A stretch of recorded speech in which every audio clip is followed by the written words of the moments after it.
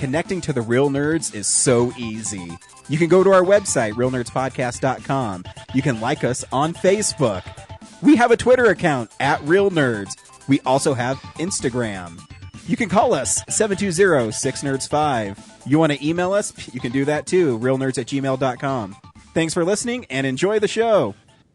Hello, everybody. I'm JD Lopez, the host of Left Hand Right Brain. It's a free-flowing, wide-ranging conversation that I have with artists doing interesting and creative things here in Denver and beyond. We talk about their personal stories, break down their creative process, and what motivates them. Spoiler alert, it's mostly spite. We talk about all these things and more while kicking back, cracking wise, and always having a good time. You can find old episodes and everything you need to know at lefthandrightbrainpod.com. Hi, this is Jonathan Tiersten from The Perfect House and Sleepaway Camp, and you are listening to the Real Nerds Podcast.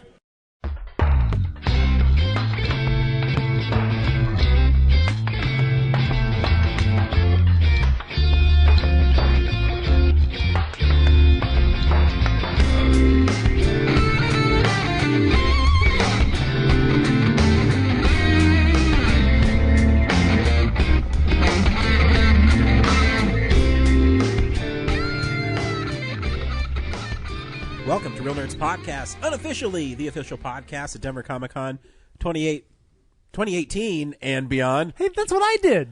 and a proud member of the Denver Podcast Network.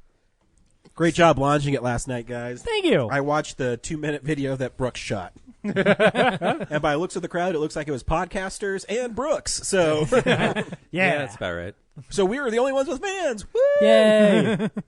Yeah, I Yes, believe. we are the Real Nerds Podcast, Denver's premier movie podcast. Whoa. Every Whoa. week we go see a new movie. We podcast our experience to the world. Did we just upgrade? This week we saw Blade Runner 2049. Oh, yeah, we did. Stay tuned to the end of the show where we'll tell you if you should see the movie or not. Play the trailer and then spoil the hell out of the movie. As always, I'm Ryan. With me is James. and Zach. Brad. welcome. I feel like I almost forgot who I was for a second. I feel like I forgot what movie we saw. Like, that was like 3 days ago. You told everyone yesterday that you were Ryan. That's true. Oh, no, you Harvey told everybody Weinstein. yesterday you were I Harvey didn't. Weinstein. You yeah. told me you were Harvey Weinstein. That's yeah, right. that's right. Yeah. And that joke did not play well. I got one laugh from the girl from the pizza podcast. I think so she was thought you might have been Harvey Weinstein is the problem. She was like, And she's like, oh, he's not going to sexually assault me or abuse me, is he? She's tugging on her man. husband's shoulder. We gotta go. I need you to get me out of here. I read what Rose McGowan said. Shakespeare in Love will be the best movie of the year. That's my horrible Harvey Weinstein. strong arming people into It's making more like Wallace Shawn. yeah, I really hate how forcibly you like pushed those two fingers out as well. Like that was that made me uncomfortable. 2 in the pink, 1 in the stink. Oh, Sorry, Carol. Thanks. Anyways, we also talk about movies we've been watching, stuff that's coming out on Blu-ray, movie news, bunch of stuff. Yeah. Yeah, happy birthday, James. Thanks. Yeah, you're the big 3-0. Shut up. Yeah, I am. I gotta start becoming an adult now. It's really uncomfortable. Just now, huh? Yep. This 35-year-old says you don't have to. Look at me, bro. 36. I bought a Sphero Spider-Man. Why? Because I wanted to. Hell yeah. I think You know only who I adults can do answer that. to? Nobody. I do what I want, when I want, anytime I want. I chicken in bed. Mm-hmm. And I think that's my idea. After of what it needs midnight. to be. Yeah, after midnight. Everything after midnight? Yeah, and you know what? I own a box of ice cream sandwiches. I eat them whenever the fuck I want. I'm an adult. So what are you doing first, Ryan? Oh. How's your week been? Good. Busy. Good. Yeah. Long. Yeah. I asked my question first. Yeah, I don't give a shit. Brad, how was your week? Oh, I mean, I didn't really do anything. I mean, Thanks for asking. I would tell people they should go see you on Wednesday, but that you haven't put up last week's episode telling people to see you on Wednesday. So I don't know if this week's episode is going to be up in enough time. Yeah, so But let's go ahead and this tell will probably people anyways. be up on Friday, so you'll be 3 days late to my Peak Film Forum screening of a bunch of my 40-hour films at 6 to 9 at the Peak, or the Pikes Peak Library. So are you showing each one, then doing a Q&A, then showing the next one, then doing a Q&A, or blocking them all together? I don't know. I haven't seen the schedule yet, but they just asked me to send like stuff I want to show. But aren't you in charge of your own schedule there? No, No, it's a celebration of him. He Yeah. doesn't have to work. I sent them the films, like the ones I was like, yeah, show these. I'm proud of these. Mm-hmm. And then they're going to arrange them, and like Ralph is going to direct the. Okay. There's a moderator, so Oh, it's not me. That's like, I'm not up there like Steve Jobs, like giving a Why not? TED talk. Dude, you should wear like a turtleneck and I'm fucking great. Yeah. Here's my movies. Why and just they're make great. some fake like prop with the microphone like coming down Yep. to here. I've been watching Catch and Fire all week, or Halt and Catch Fire. So that's like, I've just been watching and rewatching Catching Catching Fire Fire. all week. It's so disappointing. Yeah, no, it's great. so I'm just like yeah. in the mindset of like I can't believe I'm blanking on his name right now. Joe. Joe McMillan. Yeah. Yeah, Why does he have to be the black guy? he's not black. not black. He's Lee Pace. Blank. There's only one black guy in this show. And I think he's Because it's the 80s and it's technology, so there weren't Yeah. any. No, there was the one guy who's like the industrial designer who he had a relationship with, who's the President Palmer's brother from 24. Nice.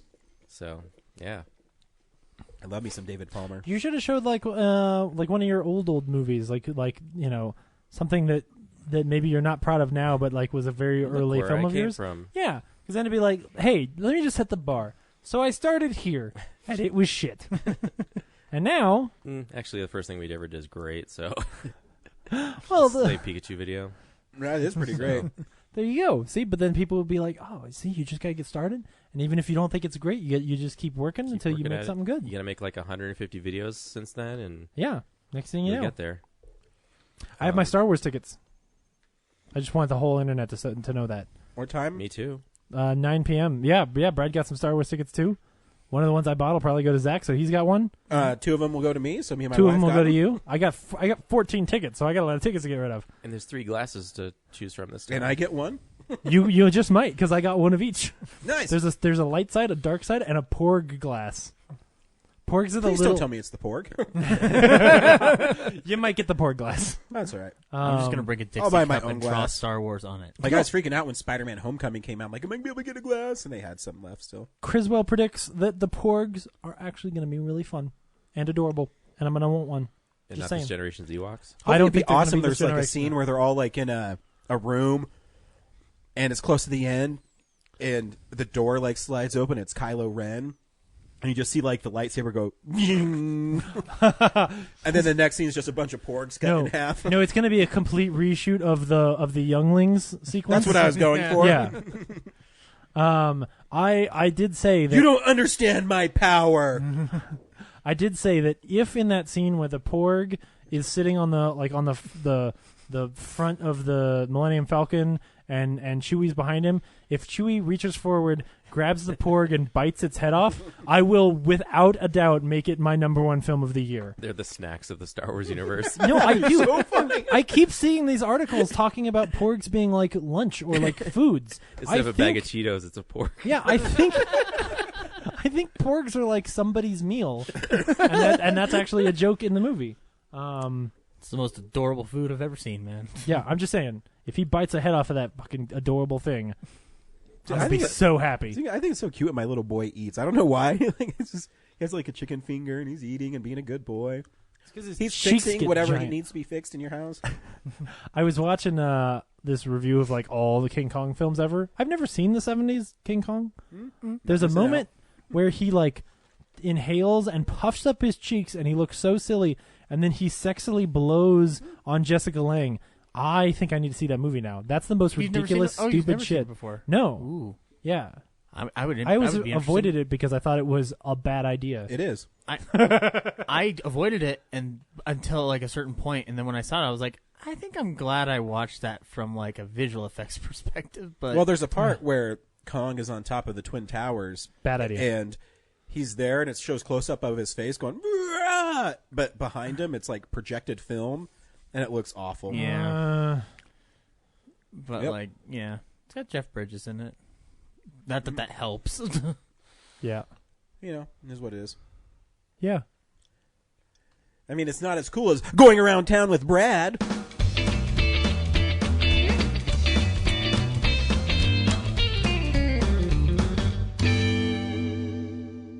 You better have something. Brad. I do. At the Esquire this weekend is Halloween. The original. Yeah. Seen it. I haven't. See it again. You never seen it? No. Oh, Ooh. it's really cool. It's a film I Yeah. appreciate. I've heard, a lot of people like it. I got some weekend plans that involve me kidnapping Brad. And then at the drive-in, they've changed it up to Ninjago, the Lego Ninjago movie, and Blade Runner 2049, and closing with It. Whoa. Ugh. That's like 8 That's hours. whiplash. Yeah. You get out of there at what, 5 a.m.? Oh yeah. Probably. Two of those movies are way over 2 hours long. Like, holy shit. But I haven't seen Lego Ninjago yet, so I might do that. Then I can sit through Blade Runner again, which And- may or not be great And sleep at through this it. point. Yep, and sleep through it, exactly. And then this Sunday is the Denver Animated Pixel Show at the Bug.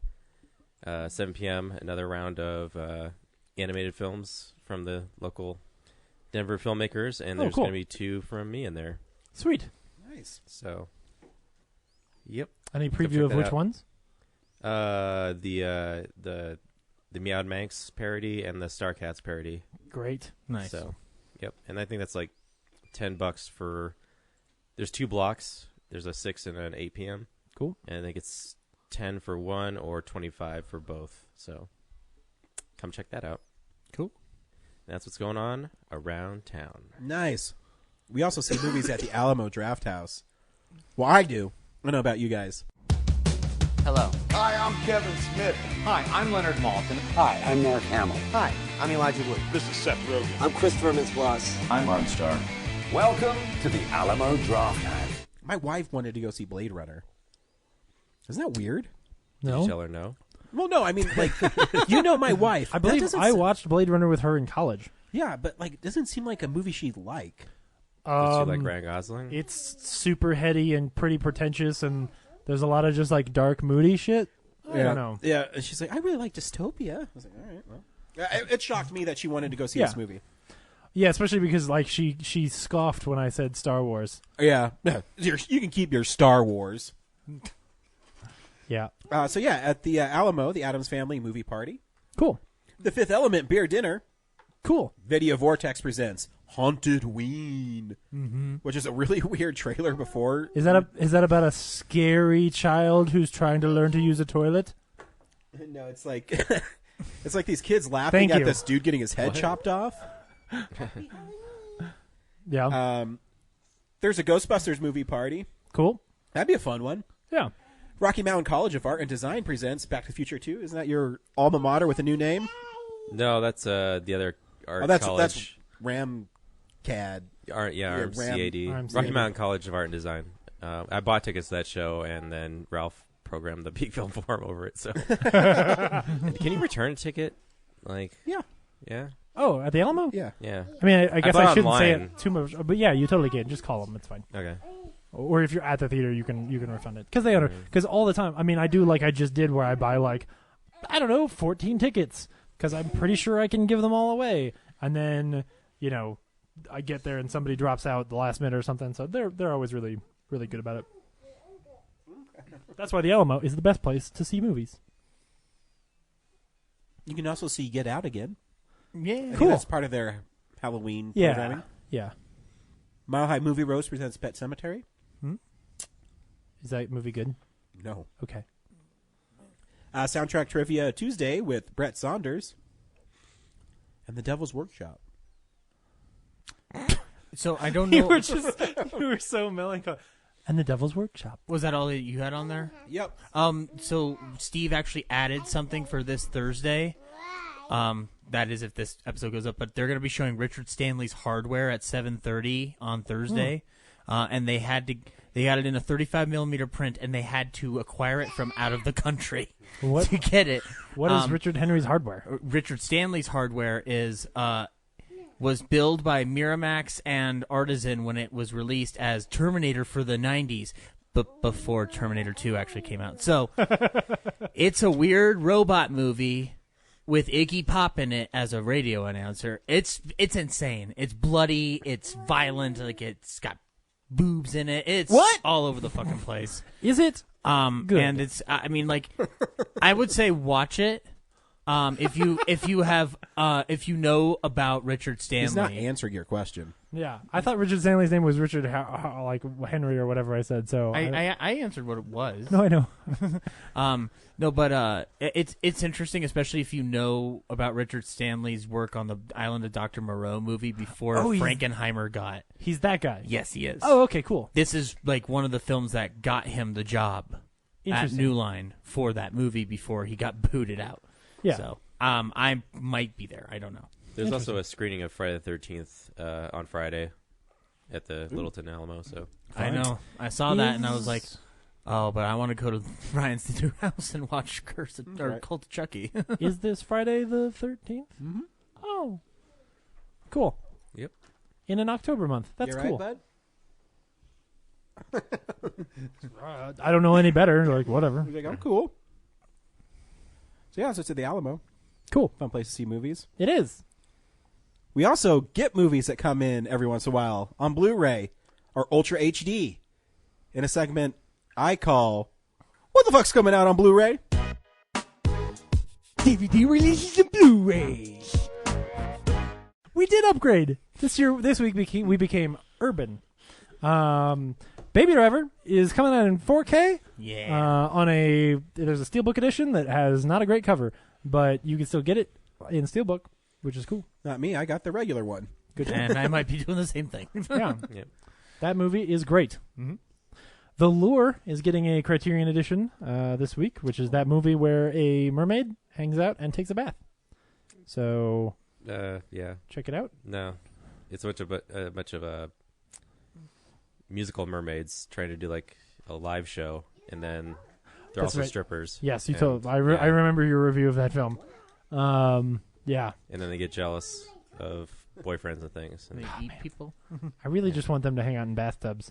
The House is coming out this week from Will Ferrell and Amy Poehler. That trailer looked great. I actually really wanted to see that, but it was like in the middle of the summer, and there were good movies to see, so I missed it. So I'm actually kind of excited. I think it's on my list of things to try and check out before the end of I the think year. it's at the Dollar Tiffany Theater right now, actually. Really? Yeah. Oh man, that's not a terrible idea. Here, I you want another one? Huh? I have another one. He's like, Good wait a job, minute, sugar? They're like cigarettes, but I can eat them. The Beguiled is out on Blu-ray this week, which is the film Did you with. see that one? No, that was Henry that saw it. That was right? Henry. He Yeah. said it wasn't that great. It's got Colin Farrell and Nicole Kidman and Kirsten Dunst and Elle Fanning. But no Clint Eastwood. Yep. That's a movie. The third and final season of The Leftovers is out on Blu-ray this week, which is a show that I fell behind on but really liked. So I should check that out. Heard Justin Terrio's in it. Justin Theroux is in it. And his Justin brother, Theroux. and his brother Justin Theroux. Othello on Criterion, but honestly, I feel like I've seen Othello on Criterion like every week this whole year. So maybe it's real, maybe it's Is not. that Orson Welles? Yeah. Othello? Okay. Yes, it's the blackface Othello. I feel like that's been out before too. Yeah. But This might, I know like the DVD of the Criterion Oh. edition has been out. This might actually be the official release of the Blu-ray. yeah, the upgrade. Yeah. Shout Factory was releasing the Poughkeepsie tapes. Oh my God. What's the deal with this movie? Did it like never get released or something? There's a Pretty much. story No, here. it didn't. Well, it played a festival or two, I think. Is it bad?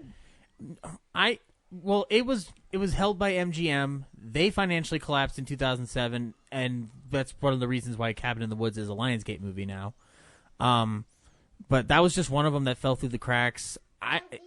It wasn't like anything extremely spectacular from what I've read, but I want to see it because that poster was at my theater for years. It's pretty infamous. Yeah, and Yeah. I was waiting for this movie to come out when I worked at the movie theater, and it never came out, and I was like, fuck. So now I might end up buying that to watch it. Who does it star? Does it have? It's not. It's like a found footage movie, Oh, but it's that's the film I'm thinking of that had what's his name from An Officer and a Gentleman in it.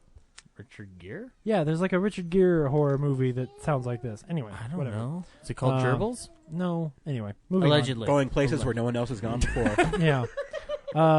The Divergent series is out on Blu-ray this week. You can get For a you. collection of all three of the Divergent films, but the title is misleading because Divergent series makes it sound like it's complete, and it's actually just a cliffhanger. Mm-hmm. Um, Like Woody's Roundup. Yeah. A Fish Called Wanda is out from Arrow this week with a pretty cool looking cover. That's a movie I've never seen, and I feel bad about it. You'd like it. I should like that movie? Oh, yeah. Yeah. Maybe I will just order this Blu-ray and enjoy myself. That there Kevin Kline is really funny. Yeah, I like everyone, and this has been on my list of shame for 20 years. So maybe I will cross it off. Cool. No, I'm going to add that for last. Okay. Blood Feast is out from Arrow this week. There's no good tagline here, but there's a very angry-looking, I don't know, guy with teeth on the front, and then there's another guy with a knife, and another and like a woman. This is not a great cover. There's some Egyptian letters for some random reason. Because it's cursed. What, the Blood Feast is cursed? Yeah, it's Egyptian Curse of the Blood Feast. That would be a better... You haven't seen enough cheesy horror movies to know. Egyptian Curse of the Blood Feast would be a much better title That than is a just cool Blood title. Feast. Yeah. Copyright Real Nerds Podcast. There we go. Mrs. Dorothy Fremont wants to throw a very special dinner party for her daughter, Suzette. She calls over the local caterer, Fouad Ramses, who promises to prepare her an Egyptian feast. The one that hasn't been prepared in 5,000 years. Her boyfriend, Detective Pete Thornton, is investigating a series of grisly murders. Someone has been attacking young women and harvesting various organs and body parts. What no one realizes is that Fouad Ramses is the killer. Who would have thought? The guy with the last name Ramses, maybe taking Egyptian body parts? Who knows? And needs body parts to resurrect a long-dead goddess. Blood Feast. The name Pete Thornton sounds like an adventurous porn name. This film is 67 minutes long, and it was made in 1963. It's basically an episode of like Black Mirror. Yeah. And then finally, from the Warner Archives this week is The Green Slime: Invaders from Beyond the Stars, which I'm very concerned. Let me look. Yeah. Okay. Never mind. This movie's not as cool. This movie's title is just The Green Slime. The tagline is Invaders from Beyond the Stars. Not as good. If the full title of the film was The Green Slime: Invaders from Beyond the Stars, that would have been better. I'm so glad you... Well, I did some research on this, and it's directed by a Japanese director and shot in Italy and released in America. So it's like bad. Ammo movie? I don't know. Ijamo movie. Yeah, it's like a Japanese take on spaghetti. Yeah. That trailer was awesome. I'm so glad you Yeah. said we should watch it. Green Slime. Because the cover makes me want to buy it. Yeah, the cover's trailer does so not good. make me want to buy it. Yeah, the cover looks like maybe the best 1950s film, like 1950s sci-fi film. As soon as I saw it was in color, I was like, oh no. Because the movie's from 1968. But the cover is like... whoever the artist is who designed the Fantastic Voyage cover... or the Forbidden Planet, really the Forbidden Planet cover. Yeah. That artist, if that artist like had a year to work and like, you know, could make like what he was dreaming of is what this cover is. Like it's so good. That sexy lady fighting like Octopus Man. Yeah, and the octopus has like little crab clampers, and there's a cool spaceship in the background, and there's flying spacemen with machine guns and a rocket ship in the back. Oh, this cover's so good. This movie looks like shit. I wonder how kids in 1968 were like torn between like, do we see the talking monkey movie or do we see the one where the hot lady fights the squid? Well, also keep in mind, Night of the Living Dead came out the same year, so That's true. Or do we see flesh-eating zombies? so the cinema bar was raised with a green slime at Night of the Living Dead. Wow. Anyway, that is Blu-rays this week. Spin me some of that real news. It's real news. The confusion continues this week as Kelly Marcel was hired to sort of rewrite the script for a little film, little artsy romantic comedy by the name of Venom. Kelly Marcel. I heard Tom Hardy's going to be in that. Yeah. Tom Hardy's going to be in it. That guy. Surprisingly, though, I don't think Michelle Williams is, though, now that Jenny Slate, They say she's playing a scientist. Yeah, but she's going to be in the movie. Maybe. It's another, like, Scientist in a Marvel movie? That's weird. another like indie darling in a bizarre whatever. Anybody who doesn't know, Kelly Marcel is now famous for having written the 50 Shades of Grey script. So I'll look it up. It's gonna be great. Okay. Venom. Anyway, Let me know when that actually shoots. Yep. No. Biggest real news of this week is that Harvey Weinstein got fired from his own company that bears his name. Because he was touching people. Don't touch people. Yeah. And then don't pay them to not tell people you touched them. That and like just if you read what Ashley Judd said, just like the biggest bully ever. Yeah. Well, we all- I've we all heard knew rumblings that. that he's an asshole. Yeah, like- this isn't a secret, I don't but this is Awful. It's awful. If it was just accusations, he probably would still be at Weinstein. But the fact that it was revealed that he was settling over 3 decades. Well, that and he also admitted he's like, oh, I'm an old school guy.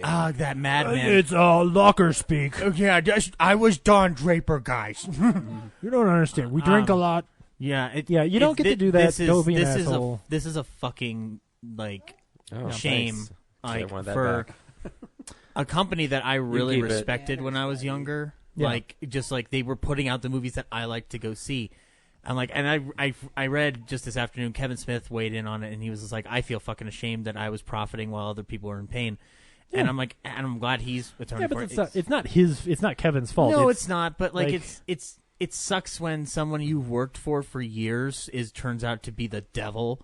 Like, yeah, it sucks. He needs to get his comeuppance. He needs to get knocked back down a peg. And hopefully he learns from it and never gets to do this again. And other people, because this guy gets run through the mud, hopefully this happens less. And that company because did it's not. the second week in a row that we've had to talk about this. So. Yeah, and this company did not need this because they barely make money as it is. Yeah. Well, that and I mean the story too is they have this profanity laced like conference call where he's like trying to defend himself, and the next day they're like, "Dude, you're fucking gone." Yeah. Yeah. Even Bob was like, "Yeah." no, Bob Weinstein say, "You're done, You bro." know, he was more like this, like, Bob or Harvey, you're gone. But in other news, you can now enter your submissions for the new names for that company. Eastman Company. Within Bam. 6 months, they will totally rebrand. Eastman because I Company. don't think you can keep calling it the Weinstein Company. Eastman Company presents a new film by Quentin Tarantino. Clerks 3. I can make Clerks 3 happen. The Bob and not Harvey Weinstein Company. Bob and not Harvey. The Weinstein, we fired him already company. Ooh, or just the we fired Or- Weinstein Company. Or maybe they just start making films under Bob's banner, which is Dimension Films. Oh, that'd be cool. Which means some more horror movies, guys. The Dimension Films logo is way cooler anyway. You guys do like grope films. Oh, Yes. Hellbound. Oh. Hellraiser, Hellbound. There we go. Which is also put up by Dimension, I think. Anyway. Maybe. No, wait, no, I made it before. that was before. Yeah. Fast and Furious, whatever the next one is, has been delayed until 2020, and Oh, for no. good fucking reasons. Shut up, Tyrese. So they're making a spin-off that stars only The Rock and Jason Statham, which means it's the movie you want to see. And did you hear they're trying to get? Shane Black might be directing it. I'm down for that. I don't know why any of this makes any goddamn sense, but it's great. I think this is wonderful. I don't need to see any more movies with Vin Diesel. Yeah. The crazy thing is that I think Shane Black would basically have to make it more realistic, which might not be what I want from a Fast and Furious movie. Well, I think you do because the last couple Fast and Furious were so outlandish they were stupid. That's true. Well, but the stupid's why I'm there. When they drive around a circle to keep Dom from being killed. Yeah, dude, that was hilarious. That shit was hilarious. I'm trying to do a podcast here. Keep on talking to him, Kellen, because it makes him really uncomfortable. I don't want your booger. Oh, napkin look how cute he's being. He's trying to offer you a napkin. that he rubbed his nose in. Yeah, but he can hear you've got he knows you're cold. You've got a cold. I can He take knows care of you got myself. the sniffles. Thanks. Here, why don't you blow your nose? That Can I was help actually- you? You're being a very nice boy. Thank you. You are. Yeah. Anyway, The Rock. Did you read Tyrese's post though? I His didn't. Instagram post? I just knew that he's being a dum dum about. Probably because he can't pay for his new boat. Because what the fuck else is Tyrese doing? I can't. I love reading them in Tyrese voice, where it's just like, "Oh my god, don't do that." I don't know why. Like him like it's really just that hey, they can't make the movie without The Rock, and The Rock is in enough things that whatever his schedule is, he decided like, hey, I've got this one slot in 2018 where I can film something. I really just want to hang out with Jason. I don't really want to hang out with Vin Diesel again. Mm-hmm. Can we push this shit out a little? Speaking of which, didn't Vin Diesel weigh in on this at all this week? I thought he did. Oh, I don't know. I didn't see that. He did. He said, "Blood Vin Diesel, blood family." The Groot, the Rock tree. Rock make me feel bad. Yeah. Me no come out of my trailer. Starved movie. I think that's how he said it. Reading this Tyrese tweet is just the whiniest shit. I know, but I like saying it in Tyrese's voice. Yeah. I'm just a passionate film critic. No, man, you want a new boat. It's okay. Like, I get it. Whatever. I mean, you know, if I was in Universal, I'd be like, okay, we don't need Tyrese in the next one. Right. What do you mean? He's so intricate. No, see ya. No, we can make somebody else do nothing but have bad jokes. We could just have Ludacris play Ludacris's character's All we twin need brother. is one of them to go, "Aw, hell no." Yeah.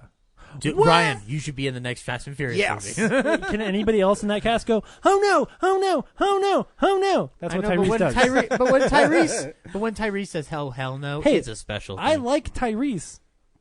I do. He's just shut up. You know what, Tyrese? You know what you get for waiting? Mm-hmm. You get to watch Jason Statham and The Rock in a cool spin-off movie, which is what we all want. It's gonna be okay. Oh, okay, Shane Black. Whatever you say. Anyway, Netflix is raising their prices like $1, huh? Unless you've got the HD version where it goes up to $13.99, or the Super HD version, which okay. So when they raised prices last time, it was to be able to afford like greater, better content. And now they're losing Disney, and their excuse is they want we're gonna more have less content, but we should charge you more. Yeah, they want more money. For I was reading they've committed like $6 billion to projects. Oh yeah, yeah. Did they make that much money? I guess they must. Here's the thing: they're making most of the shows I actually care about right now, so I guess I care. Like, but I mean, it's eventually going to happen. It's just what it is, right? I mean, was it like $10.99 a month now? Yeah, it's $10.99. Speaking of which, Hulu is temporarily dropping their price to $5.99 a month. Maybe I should keep Hulu for a little bit. That now makes Hulu cheaper than CBS All Access. Speaking of CBS All Access, they are moving around the release dates for some of the episodes. So this is what I didn't realize. Now that I look at this, so because I didn't research any of this, I just watched that first episode of Discovery, 2 episodes of Discovery, and I guess they were planning on like having some of the episodes and then pushing some of them and releasing some of them in like January. So they're going to release 9 episodes in 2017 now, and then it looks like there's another 6 that start off in January. Anyway, that makes sense because there's only like 8 weeks left in the year. Yeah, but it also means that because they're spreading things out over the holidays, it means that they get you for at least one more, like an extra month, right? So instead of just 3 straight months, if they'd launched it in May, they would have shown you one a week, and it would have been done in 3 months. Now, or 4 months. Now they're going to get you for 5 months because they're spreading you out August or September, October, November, December, January, February. It's diabolical. Yep. Get fucked. I wonder if that show's maybe actually good. And then last thing is we got a new Justice League trailer. And we got a trailer for Pacific Rim Uprising. Mm-hmm. Were either of them good? I haven't seen the Pacific Rim one. It's okay. Yeah. Justice League. I mean, I'm always down to see robots fight monsters, and that's the selling point to me. Yeah. And I like Boyega. Yeah. Yeah. So, He's playing Idris Elba's son. Yeah, which is weird because then everybody else hasn't aged a day. Like Charlie Day is still the same. It doesn't matter because robots fight kaiju. Oh my God! There's robots right over there. I will say that this Justice League trailer is my favorite DC trailer, maybe ever. Really? I think this movie. Because I watched it, I was like, "Oh, cool, new stuff," and then after like 10 seconds, it's like extended versions of the previous trailer. Yeah, I just think this actually has like characters in it. Kellen, no, which is kind of cool. Sorry. Yeah, I don't know. No. I thought it was pretty Bad decent. dog. Until the end where it just becomes like a weird mess of garbage happening. Then it just looks like a Zack Snyder movie, but there's like some sections in the middle where like people look at the camera and say something and I go, "Oh, that was good. I liked you." I'm gonna see the movie obviously, but yeah. You know, it was what it is. No, it looks like cool. fun. I love the. Actually, I really like the opening because I actually really like Man of Steel, and I Yeah. like. Man of Steel's good. I like the idea of. I like Superman happy, and the Yes. thing that I don't like is these movies haven't really made him that way. And that in that moment, I'm like, oh, a little bit of Christopher Reeve there. Yeah, it's actually the first time I've believed he loved her. Like seriously. And then, Yeah. Oh, and a little Justice League tag on. Danny Elfman says he's now bringing his Batman theme into the movie. Oh, cool. Yeah. Waltz of Death. No, Then he picked the wrong one. the Batman March, man. Waltz of Death is real good. You, I know. I'm Oh. kidding. Oh yeah, that's forgot the other something piece in of the news. news. Yeah, What? Batman the Animated Series is coming to Blu-ray next year, guys. Which it better not just be like, hey, we took the DVD versions and threw them No, on I Blu-rays. read it's No, remastered. it can't be. Yeah. Good. That's They amazing. just have to clean it up I a will little bit. pay. I kind of like the pops in it because it gives it the pulpiness I like. Sure. The Saturday But- morning cartoon feeling. Yeah, but also it's so well animated and drawn. I'd love to Yeah. see it clean because the Mask of the Phantasm looks great. There should be a filter. There should be like a version, and then if you turn on like a filter, you get like a film grain effect. No, like just my a light Super Nintendo like a classic. light film grain. Yeah, exactly. The pops are fine. It's sometimes like the mid-series episodes where like some of the cells start to like get fuzzy and bleed into each other. Yeah. Like that's the part that sucks. And Yeah, just get I'm fixed. I'm sure. I'm actually surprised it's not coming out this year for the 25th anniversary. But if they're going to take time to remaster them all Yeah, I was gonna say. Hopefully they're and doing a add good job. new special features to it, then I mean, I'll pay $300 for it. Yeah. If it's nice, I'll pay money for it because it's I one forgot of my to- favorite shows. I forgot to say when I was watching Masters of the, or He-Man and the Masters of the Universe, in the credits, Bruce Timm is like one of the layout artists. Really? Yeah. So, yeah. You guys want some last minute bad news from something that just got posted? What? Sylvester Stallone is directing Creed 2. So I don't want that. It makes sense though. Isn't he also writing it? Yeah, but if he dies in the movie, I'm done. Creed is so good. Like Creed is just so good. The only way I want a continuation is if like If he calls it Creeder. those are like the guys who wrote and Creeder. directed That's Creed. actually your joke. I just Yeah, that Yeah. is pretty good. I reappropriated it. Yeah. I don't want him to die in this one either. Like he's had 2 other movies where that could have been a thing that happened. No, I would want him to already be dead. Well, I guess there's already. Oh, yeah. So he's just like a Force ghost the whole movie. Creed looks over. You got a punch. You got a fight. From a certain point of view. I heard Dolph Lundgren's coming back for this Losers one do too, that, so- that ain't you. Yeah, no. Like Drago's coming back, so Because Creed The is son of Drago. Creed's just so good. Draco Malfoy. Of course, maybe that's unfair because Harry Potter Rocky jokes are Balboa. fun. Was, Uppercuticus. Rocky Balboa is really good. Yep. Anyway, all right, Cool. I'll come around on it. That's the news. We also watch movies throughout the week in a segment called "What You Watching, Bitch?" So, yeah, this is the stuff we've been watching. This show racist. Holy shit! And that's the last episode. welcome to Urban Nerds Podcast. Wait, what is just how I talk? Why does it have to be It's a the- race thing? Nerds for Real podcast.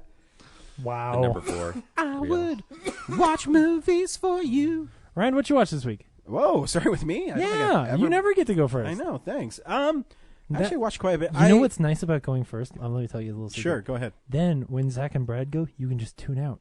Oh, I never thought of He it. does that way. when we go first anyway. Yeah, what are you talking about? I have to, get everything ready, and so I'm always watching. Yeah. Other things whilst I'm doing this. So I watched a few things. I watched when I went to Best Buy this week to get Buffy the Vampire Slayer. The film. movie. Yeah, the movie. My little guy was with me, and he found on the bottom shelf they had a new Mickey Mouse Halloween called Mickey's Super Scary Halloween Special. Sure. But it's in the new Mickey Mouse style. It's actually pretty great. The story is Mickey and his nephews and Huey, Dewey, and Louie, Goofy and Donald come back from trick-or-treating, and they tell Mickey to tell a scary story. And his first 3 passes at it, they're not very scary. They're all kind of like goofy ones. In one, he becomes Frankenstein's monster and does a song and dance number. And then they keep on egging him on. He ends up telling a scary story. But the animation's really good. The jokes are really funny. If you haven't seen the new Mickey Mouse shorts, you should really check them out. You can get an app called Mickey Mouse, and it's just his. All the new cartoons are on it. It's totally free, and some of the old ones. Oh, too. no yeah, way. some of the old ones, yeah. And I mean, the humor's a little more goofy, and so it fits a little more with what kids like nowadays. But they're still really fun. The animation's really nicely done. It's 2D, and Mickey's a little more of a rascal in it, so it's pretty fun. So yeah, if you want to watch and it comes with a Christmas special too with Donald. But if you want to watch a cute little Mickey short, well, I guess it's 25 minutes. So I guess what was that, cartoon length? I don't know what you'd call them. But it's really funny. I laughed. I enjoyed it. The app is just called Mickey Mouse? Yeah, Mickey Mouse. Cool. Like Mickey Mouse Video, I think is the official name. But yeah, okay. Just if you download it, it's loaded with just Mickey Mouse cartoons. Yeah, cool. Totally free. Mickey's new look scared me at first. Did it? But and Goofy's really scared me. It is but as I watched it, I was like, it's kind of a weird mix between what we do now and what they did in the earliest incarnations. Yeah, they updated it a lot. Donald looks pretty cool. Oh, Donald's great. Yeah. But yeah, I mean, what they did too on the cartoons is they did a lot of world flavor to him. So there's one where he's yodeling. There's one where he's in Paris and they only speak French. It's really fun. Mm-hmm. So check out the Mickey stuff. But yeah, it's like super scary. I forget what it's called, but I laughed at it. I watched an 80s horror film that I remember watching when I was a kid. I haven't seen it in a while. Arrow released a cool set. It's House. The you TV got show? the, you House got the MD? 1 and 2 double feature, Yeah, didn't you? yeah. Yeah. So House is directed by Steve Miner and produced by Sean Cunningham, the guys behind Friday the 13th. Mm-hmm. Steve Miner was a producer on the first one, directed the second and third. And it's like this weird... I don't know how to describe it. It's a mixture of horror and comedy, and like the effects are practical, and the little monsters in it kind of look like the Garbage Pail Kids. I don't know if that makes any sense. That kind of 80s prosthetic, really heavily makeup thing. I don't know how to describe it. Chubby cheek. Yeah. So, anyways, this guy is in his old aunt's house, and his son drowned there like a couple months before. And it turns out the house is haunted. Yes. And he's also a writer, and he's writing a Vietnam War story. So it flashes between him writing this story where he's the main character and then back to the haunted house. And so it's a really weird movie. It's not really funny, but it's kind of cool because the effects are I love practical effects from the 80s. George Wendt is in it as his neighbor. And yeah, so it's just weird. Would you recommend it to me? Yeah, Okay. yeah. I mean, if you like 80s horror, I think you'd like it. Okay. And I do like Steve Miner, so. Yeah, because it's not a great movie, but it's entertaining enough where you're like, oh, there's this weird monster thing that's his ex-wife supposed to be, and shows up and he shoots it. And then Creighton Duke from Jason Goes to Hell is one of the cops. I'm like, oh, Steve Williams, all right. Did you only watch the first one? Yeah. Okay, cool. I've seen him before, but I don't remember him at all. Because when I was young, I would go to Blockbuster or neighborhood video stores to just rent any ones that had cool covers, and House always had a really cool cover. It's a severed hand With the door, yeah. opening the door. A movie that I was really surprised with, and I actually thought was really good, is Gerald's Game is on Netflix right now. Mm-hmm. It's one of my favorite Stephen King books because, again, it's under, I think, 400 pages, where he kind of just gets to the point. If you don't know what Gerald's Game is, it's a story about a husband and a wife who go up to their secluded main cabin, and he handcuffs her to the bed, and while they're there arguing, he has a heart attack and dies.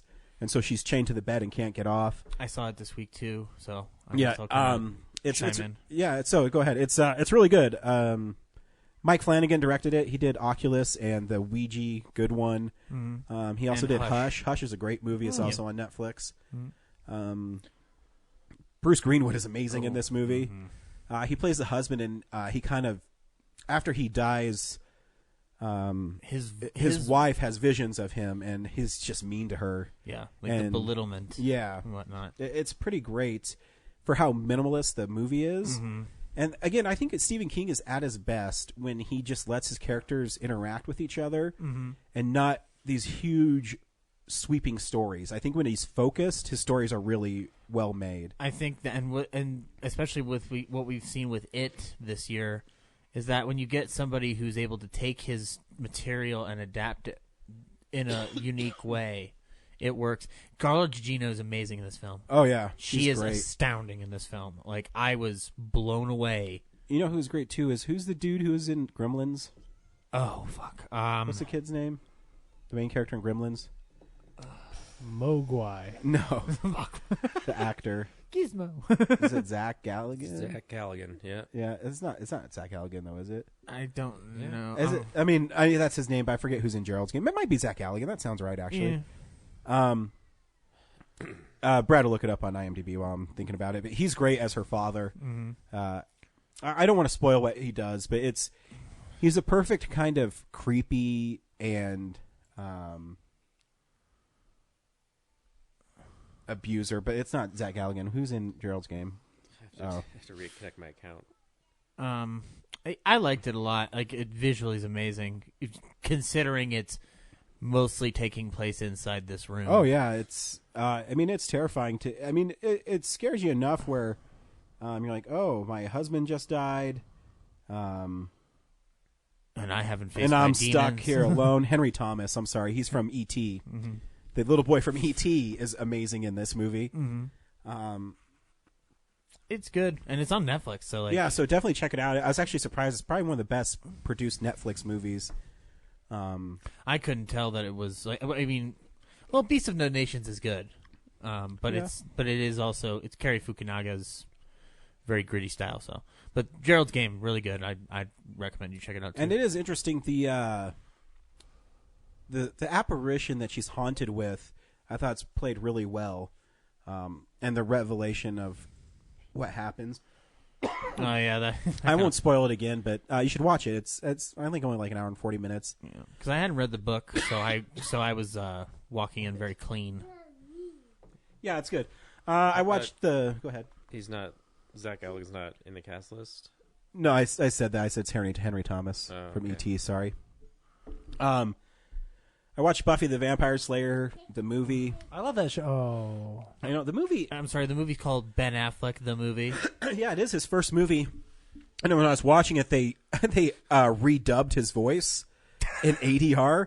So he plays this basketball player, and he only has the lines going, "Take it, man." But so picture Ben Affleck saying, "Take it, man," and it's just the voice that comes out says, "Take it, man." It's really weird. Because Ben Affleck is such a big star now, and then to hear a different voice come out of his head. It sounds like Kevin Smith played like a cruel joke on him. It's just not right. Sorry, the new Star Wars trailer's up. We need to finish this podcast. Okay. All right. Well, why don't we just play? Facebook Why don't we feed just play the lighting new up with, trailer? like, it's awesome. Yeah, let's Star just play Wars it right now. Yeah, here's the new Star Wars trailer. When I found you, I saw raw, untamed power. And beyond that, something truly special.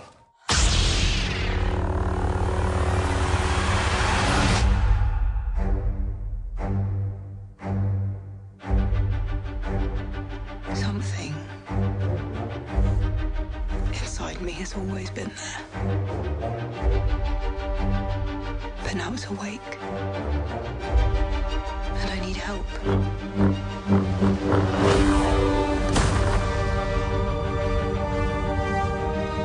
I've seen this raw strength only once before.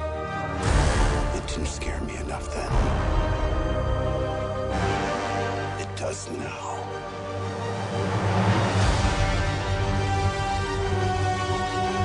Let the past die. Kill it. If you have to. That's the only way to become what you were meant to be.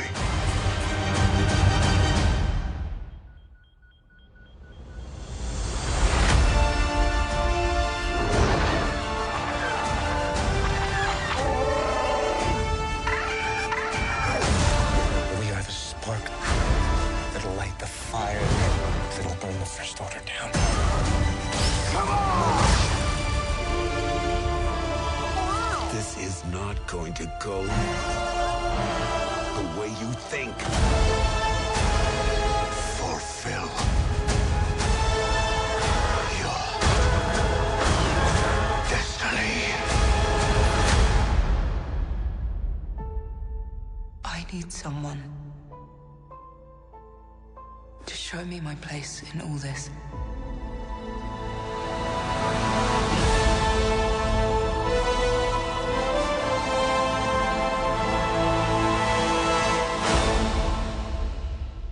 We should have prefaced it with, "Hey, Ryan Johnson told you not to watch this." we just Don't we have to watch took it to choice away. Talk about it though. Oh no, we Otherwise you can't. just heard it. Yeah. I'm sure it was cool. Yeah, I'm sure it was great. Moving on. Great. So yeah, That scene where Chewbacca ate Jar Jar's head, I was the amazed. porgs? Oh, no. If that's in the trailer, man. He ate the porgs and Jar Jar. So Buffy the Vampire Slayer is whatever. It's not very well directed. Please say Buffy the Vampire Slayer the movie is whatever. Yeah, Otherwise, Buffy it the could be Vampire taken out of Slayer the context. movie is whatever. Yeah, people can take you out of context. and It's interesting. There is some glimmers of it. We're going, oh, this might. Oh, oh no. yeah, there's some neat. The ideas of that movie are great. Donald Sutherland's in that movie. And he's awful. He is. Yeah, he's really bad. He does this like weird mustache twirl. Oh, but that sounds fun. No, it's not what I. Yeah, I rewatched Little Shop of Horrors for the first time in a long time, and I forgot how much I love that movie. Rick Moranis is amazing in it. Mm-hmm. He plays the victim and the aggressor very well. And I always laugh because me and my friend Brandon used to love Steve Martin's "I'll Be Your Dentist" song, where he's like, and shoot dogs with BB guns. I don't know. We're goofy. And just lastly, I watched The Shallows in 4K, which looks really, really great. Oh, cool. I mean, if you want to see how great Blake Lively looks, you're In good. 4K. You're good to go. Actually, I think The Shallows is a pretty tight little thriller. Yeah, it's pretty cool. It moves really fast. Yeah. And I watched Krampus. It's an old Christmas Halloween movie. Seen it. You have a whole episode on that one. Yeah, it's a good one. Are we doing Cult of Chucky next week for I don't see why the movie? Okay. Yes. shouldn't. You are. You're going to be there. You're not going to be there. Right. It's the perfect storm for you guys to watch Cult of Chucky. Okay. Yeah. I mean, I watched it this week, but I'll save it for next week. Oh yeah. Oh we yeah. always could do Happy Death Day. That trailer looks fun. It does, but it's PG-13 slasher movie. What the fuck is that about? I don't know. I might go. No, I might. I mean, I'll probably see it. It's a Blumhouse, so I mean, Yeah. chances should be good. So yeah, that's what I watched this week. Just a bunch of shit. Cool. Yep. Brad. Sweet. He won't tune out for me. For a split second, I had in RoboCop when what's his name is like trying to pick where he's going to shoot Alex Murphy next. And he's like, that's what I imagine Ryan was doing. Like, who's gonna? Yeah. So I watched Fern Gully for the first time since like I don't know '92. People say it's like the prequel to Avatar. I was surprised at how little Robin Williams is in it than I remember. You know, like the genie in Aladdin, he like dominates the whole movie, but in this he just has a couple bits and a rap song. Because it's Robin Williams and he could do anything. And then Tim Curry's the villain, which starts out like the symbiote Venom from Spider-Man 3, basically, as a little oil slick, and then becomes like a big smog cloud. Oh yeah, it's like it's called the Hexus. The Hexus, that's right. Yeah, and yeah, it's best left for the childhood. Yeah, I remember it being pretty decently animated. Yeah, I mean, it doesn't look as good as I remember, but it's also like no Disney level. But a lot of it just boils down to like the one fairy girl falls for a human that they shrink down to size. So there's all these like arbitrary powers of things, and yeah, they have to save the rainforest. So. Mm-hmm. Yep. That and review then, of Fern Gully was so boring that James left the room. Yeah, I know. Well, like the movie, is it even? I can't even remember. Is it even like decent watching it? Is there any redeeming qualities of it?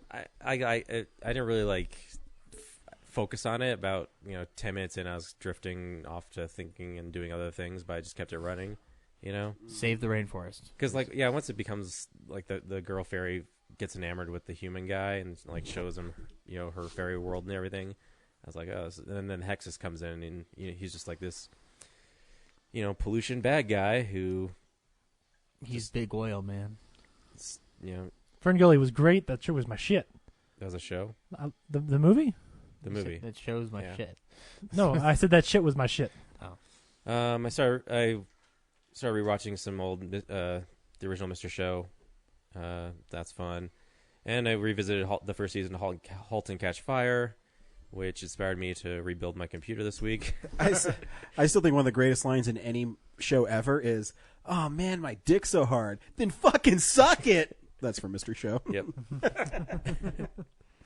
Mr. Pickle's Fun Time Abortion Clinic will bring out the kid in you. No, it's a skit about this like 80s rock band that doesn't know they're gay, and they're all in a hot tub naked. It's pretty great. Their producer is trying to explain to them that they're gay, and they just won't listen to him. And then he has the video evidence, and they still can't connect the dots. I like Ronnie on that show. Yep. There's a whole movie about that character. I know. I've still never seen it. Oh, it's all right. That's what Bueno told me. So yeah, I'm gonna rewatch that again too. So I'll lend it to you.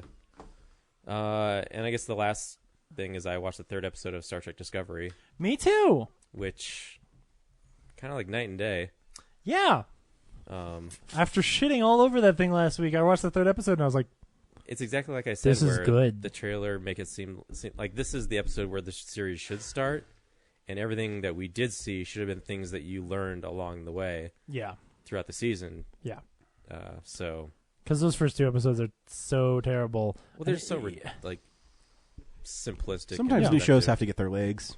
Well, that's the thing about Star Trek too. Is like the best series only are really good in like starting like the 3rd season. Yeah.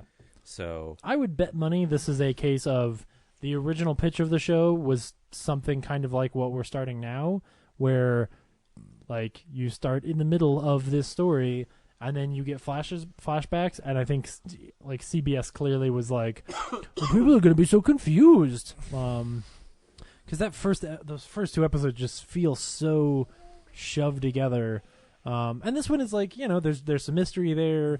You get introduced to the Star Trek Discovery or the Starfleet Discovery.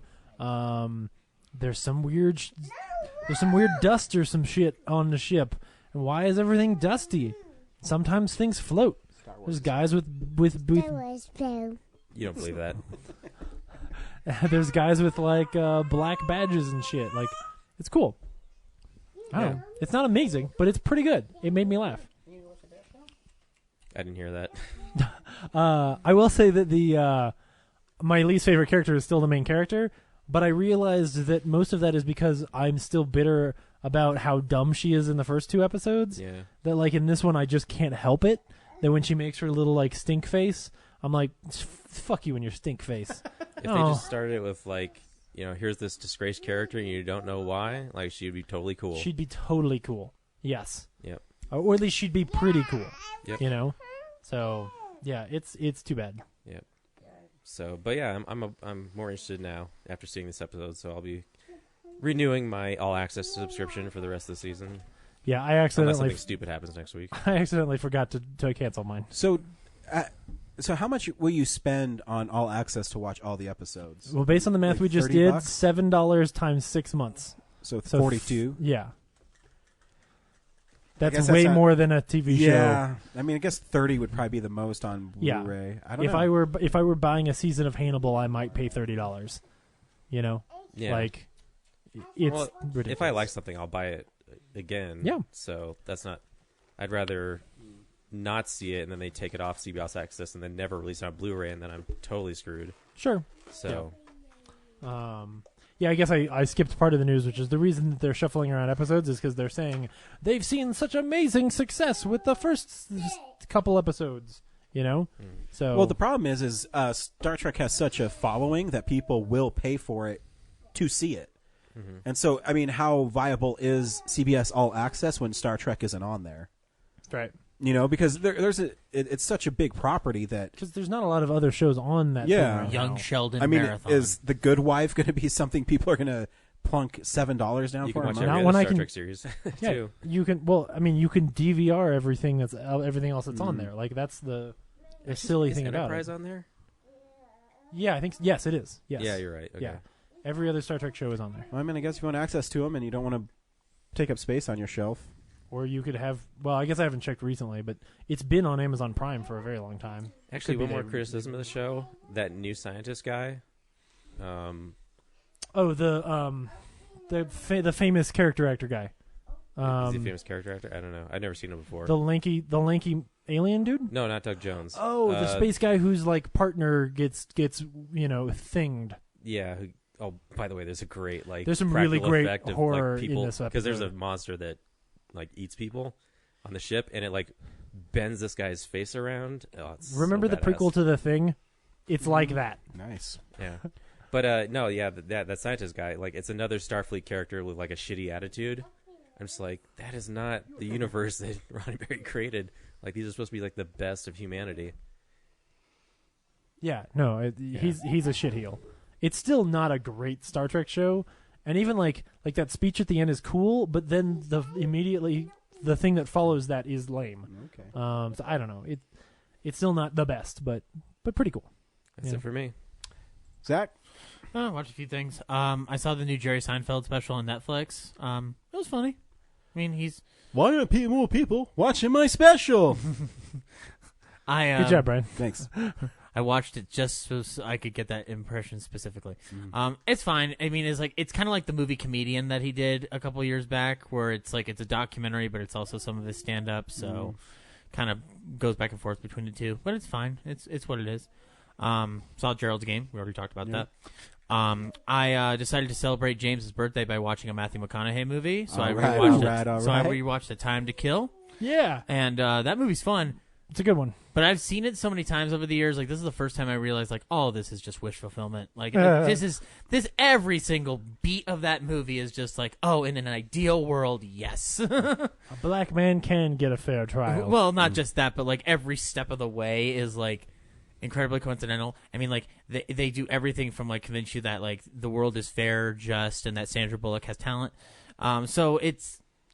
She won a beauty contest as an FBI agent. That's talent. Hey, that movie's good. She survived space and George Clooney's space rapist vibes. Miss Congeniality 1 is solid. It's pretty fun. I like the Heat too, but and she's the best part of Blindside, but I don't like Blindside.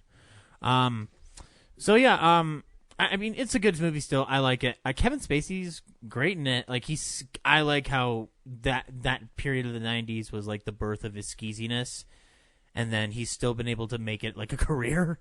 Like, because like you watch House of Cards now, and it's just like, oh god. Well, he's such a great and versatile actor. I think that's he can do kind. He can be nice, and I think he can also be like creepy. Yeah. I mean, so he runs the gamut, man. He's a talented guy. Continued the Vietnam War. The Ken Burns documentary series.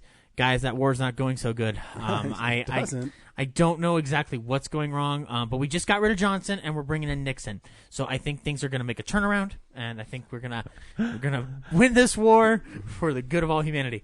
No, so it's really good, solid. That score, man, I need to find the soundtrack because it's basically the new Nine Inch Nails album at this point.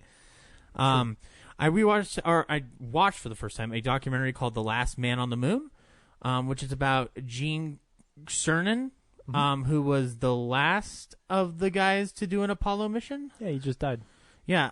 So there was a documentary on Netflix about him. I mean, he died a year ago. It was like November or something. Okay. All right.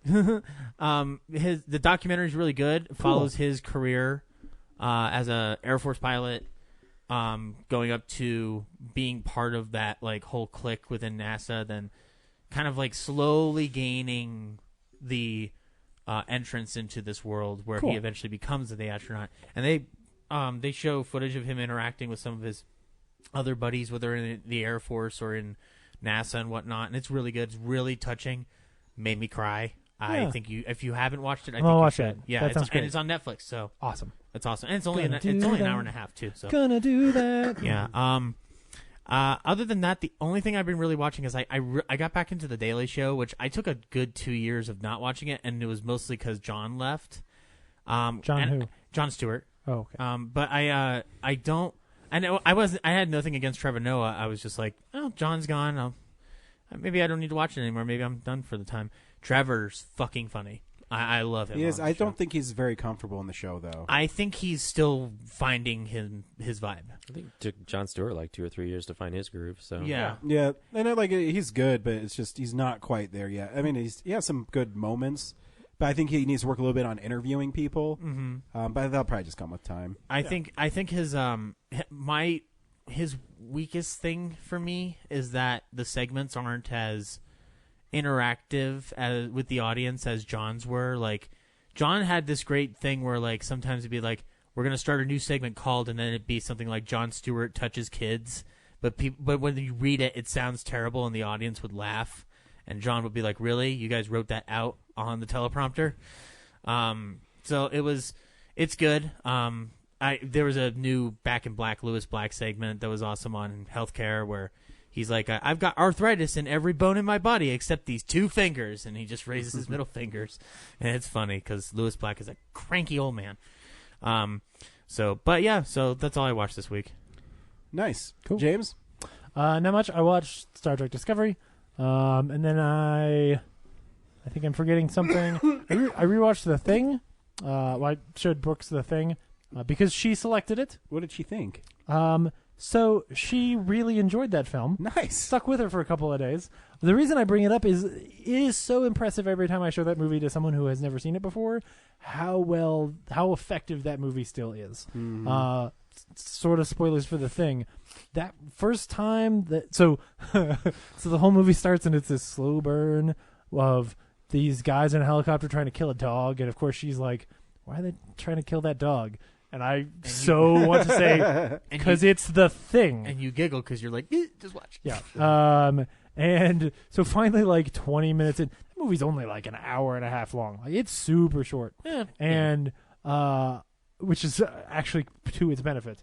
So like 20 minutes in, when finally The Thing shows up, and like the dog's head splits in half and its skull falls out, and she was just like, what the fuck? Like, just audibly shouted at the TV, and I was like, oh yeah, this works really well. And then she was super into it. She did fall asleep at one point, but just because it was late. But anyway, and because there's a pretty slow bit in the middle where like Barnes, they're chasing Barnes through the snow, and you've seen a lot of The Thing at that point, and you're kind of just like, can we just have everybody die? So I think it has one of the best endings in film ever. Oh, it's amazing. Yeah. And it's funny because now I watch it looking for like, what's the thing? What is the thing that John Carpenter says? Like, you can tell who's human and who's not. I have no idea what it is. It was something about like a glimmer in people's eye, but you can't tell. It's not like Blade Runner or something. Anyway, and I forgot. It's been a few years since I watched it because I don't think I'd actually watched it since the prequel came out. I forgot how much of the spaceship is in that movie. Yeah. Like, they go to the spaceship. Barnes builds a new one under the ice. Like, there's some silly nonsense shit that happens in that movie. Yep. But it doesn't really matter because this dog's head splits open and it's pretty cool. Yep. Universal gave him some good chunk of change to do that movie. Yeah. It's pretty cool. So yeah, I think too bad it got beat at the box office by that little glowy fingered alien. Yeah. Anyway, I think that's everything. Awesome. So we've come to the part of the show where we will unveil if you should see Blade Runner 2049 or not. Wait a minute. We have a new. We have a return of a segment though. Oh, that's true. Good job, Zach. Henry Jarvis is back. Yeah, did he send us something today? We haven't Maybe got it not. sent yet. Oh, well then, never mind. But if you want to read about it, Art House Asshole is back on Real Nerds Podcast. Sorry, he said he was sending in the voicemail. I He just did looked, say he I would. didn't see it. Oh. If you didn't have time, or if it is, Brad will insert it right now. If not, it'll just be a long fart. My fart. Anyways. The Circle, go see it. I'm checking the email to see if it came through or something. Sometimes he does that as we're recording. Okay. So I'll go this way then. James, should people see Blade Runner 2049? It's funny because we kind of reviewed this last night. I will just remind everyone my bias of I really like Blade Runner. And so, I think this movie is actually really great. I will get bombastic enough and say that I genuinely think that not only is this movie better than the original, I think it actually makes the original better. This movie adds a lot to sort of the universe that I think makes not only this film really compelling and cool, but also makes the original a bit more interesting. Like the films as a pair now are greater than the sum of their parts. I think people should check it out. It's definitely like a slow burn. It's a 2.5 hour long moody sci-fi film that will not make you laugh until like the third act starts. So you should just know that going in. But I think it's pretty cool with some really interesting characters that I look forward to discussing. So Zach? So remember a few weeks ago when I said I saw the first Blade Runner and I was kind of met on it? Nope. Yeah, but sure, we'll believe you. We all zone out for your section, man. I really liked this movie a lot. I mean, it's so weird because we reviewed it last night too. Yeah. I think that this film, in a way, like I love how it's able to be a faithful follow-up to Blade Runner and at the same time be accessible to newcomers. I think Gosling's amazing in this film. I think it's among the best performances I've ever seen him give. I think that the visual scope of this film is more than enough proof that if Roger Deakins doesn't get an Oscar next year, then the whole world's a fucking joke. The longer Roger Deakins doesn't get an Oscar is just more proof that none of those awards have ever mattered. Exactly. So Oscars, if you want to matter again, give Deakins his due. I do want to add one quick thing, which is that I went with a friend of mine who he's seen Blade Runner but did not remember a single thing about it. Mm-hmm. Didn't even remember like whether or not that Sean Young person was in the first one, and he completely understood and enjoyed this one.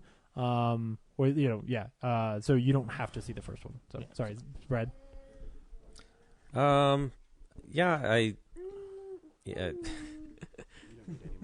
You're right. Like having already said stuff from last night, I'm trying to find a new way to say it. Just forget that happened. Yeah. Okay. Go ask Uncle James. Yeah. I don't know. Like it's definitely gorgeous. I was impressed with the soundtrack. It wasn't Vangelis, but it wasn't too much of Hans Zimmer's relentless drums.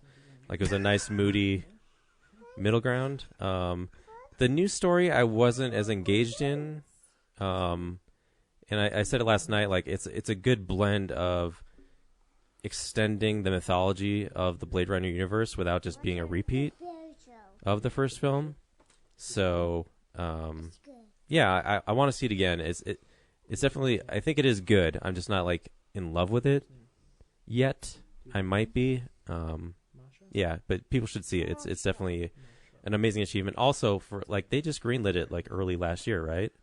Yeah, I think so. They turned it around really fast, and really the special effects are really impressive for that. Yeah, actually, I think this is one of my favorite movies of the year. For a movie that I don't want to spoil it, but it builds so well, and it builds this world where you already know the world, but it's told from a different point of view, where you already know that Kay is a replicant. You already know that. Yeah. So it's kind of a different vibe to the movie. And yeah, it might be slow, but there was times when I was like on the edge of my seat from just the performances and what was happening. His revelation of his memory, I think, is amazing. When he goes and visits the orphanage. But yeah, it's one of my favorite movies of the year. I think it's...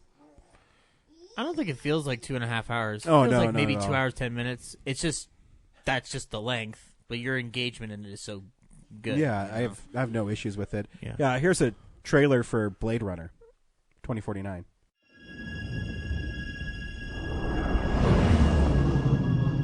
I thought you might be able to help me with the case. Any idea where I could find him? You police plan on taking me in. I would much prefer that to the alternative.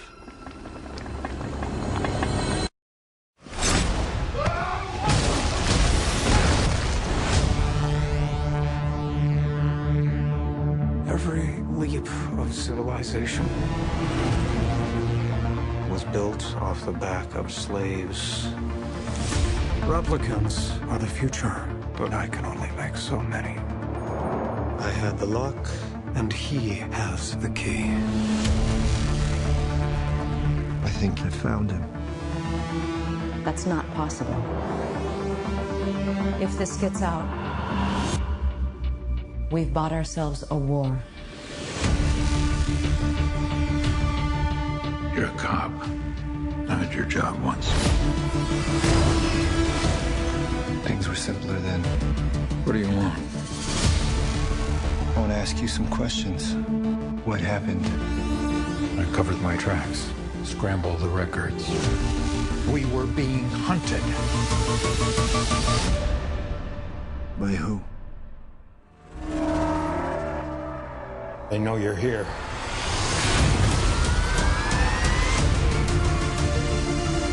You do not know what pain is yet. You will learn. Bring it to me.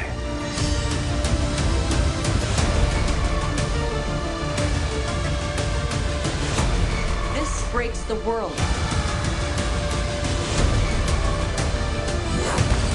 We have to go. I'm coming with you. Where is he?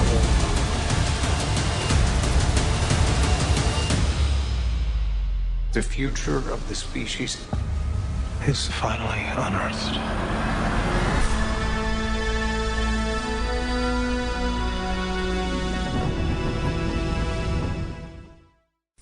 So this movie's hard to talk about without spoiling it. So we're gonna. I'm so excited to be able to talk about this. After finally. the trailer, who cares? Especially after, yeah. No, I'm This just is the saying fair that like warning. it's one of those movies that every scene progresses and reveals more of the story.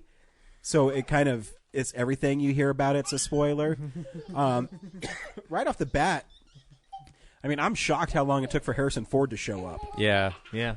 You know, it's not, and it wasn't that I missed him. I was like, oh yeah, I forgot Harrison Ford's in this movie.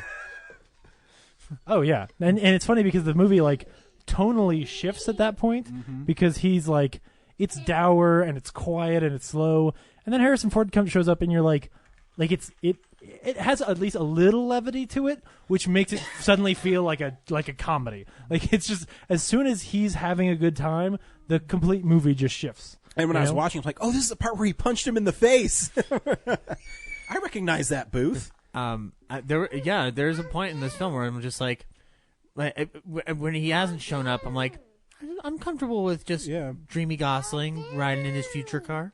Yeah, it's so cool because it has this kind of dreamlike quality to it as well. Yeah. Where he comes home and his wife is a hologram. She makes him like these weird clear noodles that if you look at it has like a steak dinner. And she's great in it. I don't know. I forget her name. I don't know, but her performance is great. Yeah. And that scene with the hooker and her, and they meld together as like it was great visual effects work. Like I was just like, and it was trippy. It's a trippy sequence because it's a woman inside of a woman. That's less dirty than it sounds, guys. I think it's actually really fascinating. You have and to part watch of it. I can't describe it. Part of what's really brilliant about this movie is like, okay, the original is this film about you got humans and you got robots, and what's the line between what is real and what is fake, and in this film, Vanilla Ice crosses it. Well, and so in this case, they create Joy, who is one of my favorite parts of this movie, and she is even less human than he is, right? Like there's even this moment where she says something about like, he's got his 4 letters that make him up and she only has 2, right? And what maybe makes this movie brilliant and certainly one of the best films of the year is what the line of thought that drives you down is like, eventually you have to ask yourself whether or not she actually ever loves him. And I think the answer is very clearly no, because she's a programmed machine that when the big holographic naked Joy like sees him, she calls him Joe. Like none of the things she does or says are actually original. She's programmed to love him.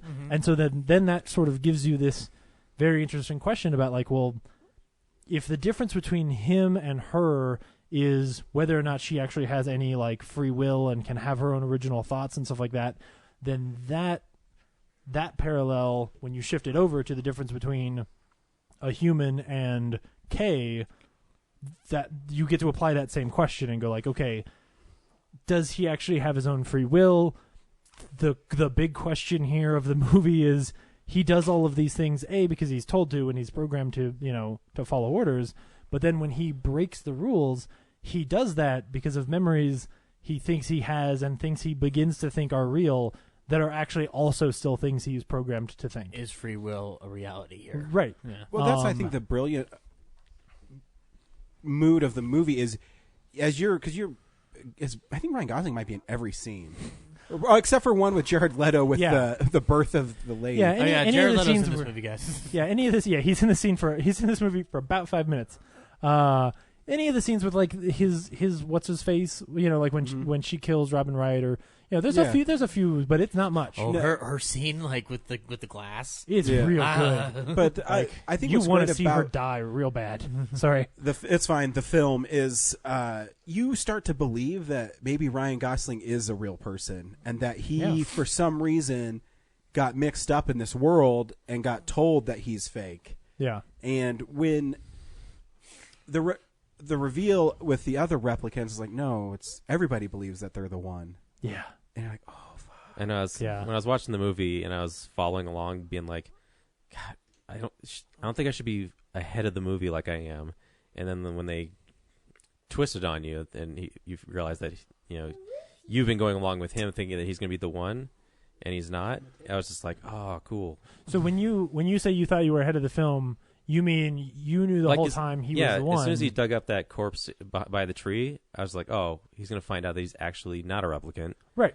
And, which is the total red herring that they send you down, which is great. So for everything from then on, I'm just like, oh, just get to the part. Because then when he goes and does the memory thing, like he finds the horse in the furnace.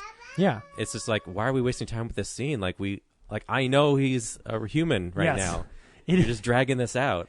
It's weird because it is really frustrating. So I knew right away, mostly out of my own when as soon as he sees the tree root and the number and he gets that flash, I was like, oh, that it was less that I knew it wasn't his memory. It was more that I thought it had better goddamn not be his memory, So I immediately went down the road of whoever placed that memory in his head, that's the real person. And stupid me believed maybe it's Jared Leto. I thought Jared Leto was going to end up being revealed to be the son. And I believed it so long that even when we met the girl whose job is to make dreams, I still didn't go, oh, maybe it's her. I already had. I know. I feel had so many stupid. of the pieces. Yeah, I had so many of the pieces, and I was putting them together I have a question wrong. though, is because when she reads his DNA memory thing, right? Shouldn't she realize what's going on right then and there and explain it? So the question is, does she already know she's Deckard's daughter? That's what I'm saying. I don't she think should. she does, but she's aware of that memory, and that's why she's crying. I think she does because she tells him a story that's clearly not true. Right? Well, she says my parents built this place for me and left me because I couldn't leave the planet. But if she knows that memory is her, then she remembers being in the orphanage. But that's also the scene where he starts to finally believe that he is a human. True. And she should know right there that he is not, because she made that memory for him. I want to back up a minute. So you think he thinks he's human, because I think he thinks that he's the product of two replicants being able to procreate. Okay, yes, fair. Sorry, that is true. Because that's the premise of this at no film, point, to a yes, degree. you're right. But we skimmed over lab, that. don't they say the thing they're looking for is a product of a human and a replicant, and that's why it's such a big deal? No. So they very carefully don't say that, because there's something important here that I missed that Rafe pointed out. Because after the movie, I was like, I said something about in the first movie you don't know until the end that he's a replicant, and Rafe goes, did you know that from this movie? And I realized that this movie is very carefully constructed so that whether he is a replicant or not, it works. Because if he's a replicant, then Rachel, then he and Rachel have sex and she gets pregnant, and it's the child of two replicants. And if he's a human, then he and Rachel have sex and it's the child of a human and a replicant. And in either way, it totally breaks all of the rules of the Blade Runner universe, right? But they don't say, they just say that it's a replicant that had a child. That's the miracle. Because that's what the bones are about, and right. why Princess Buttercup's angry. Yeah. So it's pretty cool. I think that's what's great about the Blade Runner universe, though, is there's no clear answers. Oh yeah. I mean, even if you believe a certain version of Deckard's a replicant or a human, there is holes you can poke in every version. Yeah. This one they still keep that vague. Oh yeah, no. I had a conversation with my friend Joe about it today because he's only seen the final cut. Yeah. And I said, well, you saw the one that's important. That's the one that Ridley Scott says you should see. Right. But at the same time, if you've seen the other ones, like has everybody here seen the other ones? I haven't, but go ahead. But if you see the other ones, then there's questions, and then you see the final cut, and it's cut differently, and it just plays with it enough. Where I mean, even Ridley Scott and Harrison Ford don't agree on if he's a replicant or not. I know. That's why I was actually always interested going into this movie. Like, why did Harrison Ford sign up for this? If this is clearly got to be a movie where he's a replicant. They paid me $15 million, which was 5 more than Kathleen Kennedy did. Yeah. And I mean, I've said many times that it doesn't matter what Ridley Scott says. The film does not say he's a replicant. The film implies he might be, but the film does not definitively say he's a replicant. Like a coincidence of an origami and a dream does not a replicant make. Which, by the way, Edward James Olmos was back in this movie. Yeah, that was fun. James has met him. I think I have. I read in an elevator with that guy. I think they filmed that in his house. Just like, his house is a mental ward. Yeah, can we come over and hang out at your old folks' home? Yeah, it's the other thing I appreciate about crafting the story of this movie is they took the whole nerd culture question, like is Deckard a replicant, from the first movie, and like that was the jumping off point. It's like, okay, let's say he was a replicant. Right. We're gonna make how a that movie. story would have been. Yeah. Could have been. Yeah. Yeah. Absolutely. Sean Young is credited in this film, and I don't understand how. I think it's just her likeness. Yeah. Is that what it is? Yeah. It might be because she is on screen for a little bit, and she might be part of the Actors Guild too. Oh, she is like you do see the video of her. Yeah, for sure. So, but I think to credit her is a nice thing to do as well. Yeah. So who played the new Rachel? I think just any actor with like a face graft on. Unless it was actually Sean Young and they de-aged her like freaking what's his butt? Yeah. Jeff Bridges in Tron Legacy. And like I said, the turnaround time was really quick, so like it felt so CGI to me that it felt like a floating head. So that's I figured. I didn't feel like it was a floating head at all. Like, I thought it was like because it didn't look enough. Like it looked wrong to me. So I thought that it was an actress they hired who kind of looks like Sean Young. That maybe they did makeup and a little bit of CG work on. Like when she walks in, I think she looks like Sean Young, and then I don't know. But her eyes weren't green. Yeah, and she fucking gets wrecked. Yep. Oh yeah, hardcore murder. There's a lot of people's stomachs getting cut open in this movie. Yes. And people getting shot in the head. Yes. And yeah, and Jared Leto is Jared Leto. Who doesn't have a resolution in the movie?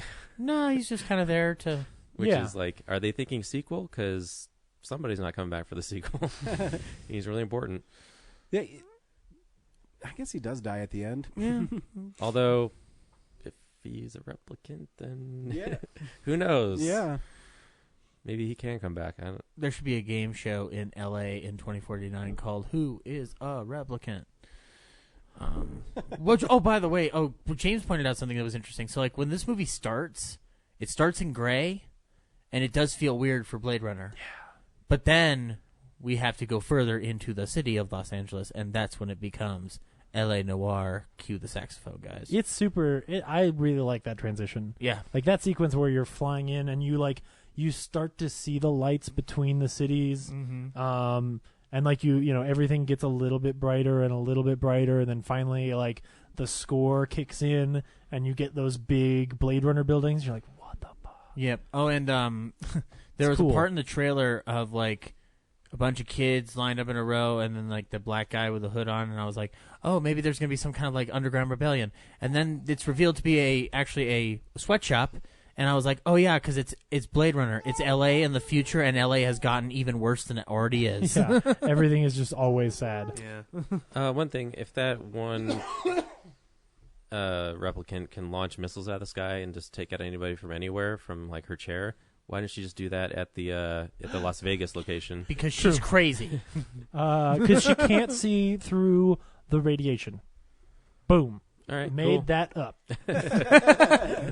I am Ridley, seeing, pay me. I am seeing reports here that Sean Young recorded some secret scenes for the movie, so that might just be Sean Young CG de-aged. Called it. We call that the Michael Douglas. That's pretty cool. We don't. I mean, I we thought don't it- call it yeah. the Jeff Bridges. Nope. Yeah, because she doesn't move Let's much. just call it the Tony Stark while we're at it. I can see them. Well, I'm saying because the Michael Douglas was like the first like De-aging, de-aging where I'm yeah. like, oh, that's pretty great. Yeah, we could call it the Chris or the Peter Cushing, but oh wait, no, Sean Young's not dead. Was she Iron just Man- looks dead. was Iron Man 3 before Ant-Man? Yes, No, Yeah. Civil War. because Robert Downey Jr. Civil War was the That's- one where they did DH. Oh, Tony. you're Yeah. right. You're right. You're right. Sorry. Yeah, But he looks great in it. he does. He's like high school. Yeah. Robert Downey Jr. Less than zero. Robert Rob Downey less than zero. Jr. But no, this movie like had a profound effect on me while I was watching it. Mhm. It's just because it's so quiet and it just keeps moving along, and you're in the mystery. I just really loved everything about this film because you don't get movies. I know I say it sometimes, but you don't get movies like it anymore, where it's really a thought-provoking movie. And Denis Vanilla Ice, I mean, he. Thank you, Ryan. We got Ryan to say it. I mean, even with Arrival, I mean, he lets that movie breathe. Yeah. He's not in a rush to tell the story he wants to tell. Did you guys see the trailer for Annihilation? Yeah. I was like, Arrival? Like they look so similar. It does. It's weird how last year Arrival, because Arrival has this like really uplifting tone, and like Blade Runner was like Denis Villeneuve saying, "Oh God, I made too hopeful a movie. I need to double down on sadness here." Well, I mean, he has a Let's shoot people in the head. Well, he goes from Sicario to Arrival to this, so I think it's. This movie is hopeful in a weird way, though. I think I think the last bit of it's really hopeful. the last two moments, like Gosling's final moment. I loved Gosling's final moment. It almost made me cry. And Deckard with his daughter is great. Oh yeah, I love that Kay hung on long enough to get him there. Yeah. Does he die? But we don't know. We don't know. He just lays down and is like, you know He what? could just It's need to pretty- rest. It's pretty nice out here. What if Yeah. Kay's father is Rutger Hauer? Dang, I just want Rutger Hauer back. I feel like there's got to be a sequel because Jared Leto, like, there's no resolution for him, so there's got to be like a 2050. There's also not a whole lot of Or like 2050. character there either, right? Like, there's no resolution, but at the same time, he kinda says things. He's kind of just a cipher to like. He has enough scenes to like talk about his motivation for like why, like he's putting all these things in motion. So Yeah, I I feel agree. like He felt like the bratty there's more to. son who inherited Terrell's wealth. Actually, I didn't get that from him at all. I got he's more like a calculating. Yeah. Like I want this and I want it this badly that I will go to any length to. And he's get got it. some like ties to religion and stuff. Yeah. Including replicants in his religious beliefs. So Yeah, I got the vibe that he's just some narcissistic CEO who. Oh yeah. He thinks Yeah. he's a god. Yeah, I mean, which is an interesting motif because you've got that same sort of imagery with Tyrell in the first movie. Yeah. But Tyrell in the first movie can't help it. Like he's trying to do something beautiful and he's like, dude, I can't fix you. Like I know how you see me, but I can't do anything. Like Tyrell in the first movie is actually kind of a nice god who then gets his head crushed because he's not good enough. And then Tyrell in this one is like, you're fucking, I want to rule everything and everyone must love me and I have to spread trillions into the universe. We should own the stars. I'm like, fuck this guy. But yeah, if you made a sequel, he could die. But if everybody's gonna bitch and moan about the movie only making $30 million in a weekend, which is like more than the first movie ever made. Like I said, I was surprised considering when I was trying to find a Showtime to go to, like all the seating charts were full. Yeah. When I looked it up. I think its biggest problem is its length because you can only show it so many times in a day. Yeah. It's also a 2.5 hour long, moody Sci-fi noir. Yeah, like quiet sequel to a cult classic. Like, like at the end of the day, people all know it's a sequel to a movie that most of them have never seen and don't know anything about. They tied this into the alien mythos, right? There was some part in there I was like, in Ridley Scott's brain, the two things are connected. Okay. Tyrell and what's it called are like rivals. Wayland. Yeah, Wayland. Wayland Industries are like rivals. well, even the new company, I forget what it's called. Oh yeah, I can't remember either. Because Knew you. I hate to admit this, but the only time that guy's name shows up on the screen where you can read it, it's like red text on a black background, and I couldn't read it. And it was really small. Yeah. Oh So- yeah, the titles in the movie are like They're I'm very in front of small. this gigantic screen. I'm still squinting. Like, what does Well, that yeah, say? mine is because we were in the second row, which I don't mind being in. But there's So you were there's- right in front of the letters. You could probably read it. Well, no, because there's some that were in the far right corner. I'm like, Oh, yeah. Oh, that's like Earth something something. Yeah. Okay. All All I know is that Ryan Gosling is kicking Dave Bautista's ass through a wall, which is Yeah. awesome. Yeah. Batista's a really good actor too, by the way. Oh, I Batista's mean, I know he's great in oh, Guardians. shit. Yeah, that sequence is cool. He's really understated in this one. Well, and yeah. it's a Yeah. nice little cameo. So He's got tiny little glasses. Mhm. He's got these Oh, adorable those are little children's glasses that he stole. That just make him look so cute. I think they make him look sophisticated. And then he shoves his whole head through a wall. It's fucking cool. Oh God! Wait, really quickly. Remember when they're Jared Leto's assistant and them converge on Ford in Vegas? Yeah. And there's a scene like Deckard comes out of a door, but Gosling just runs through a wall. Oh, that's awesome. Yeah. So good. So small, like it's barely there. Like you Yeah. blink and you'll miss it, kind of. Yeah. But Man, that was really good. It's just I remember these our little, whole theater laughed. Just these little reminders of like, not a human. Mm-hmm. Not a human, you know. Oh, and his Leto's sidekick was full of great Schwarzenegger one-liners. So weird, yeah. Yeah, like we hope you have enjoyed our product, which I thought like if Dennis Vanilla Ice ends the movie at this moment, it'd be the ultimate middle finger to Seriously. everybody who paid a ticket. The main character was Joy. Anyway. I've said before, I loved that character. Yeah, she's so I'm like, cool. I love her. Wait a Yeah. minute, I'm not supposed to. Wait, you mean Joy or the bad guy? Both. No, Joy. Oh, okay. Okay. Because I think you're supposed to love Joy.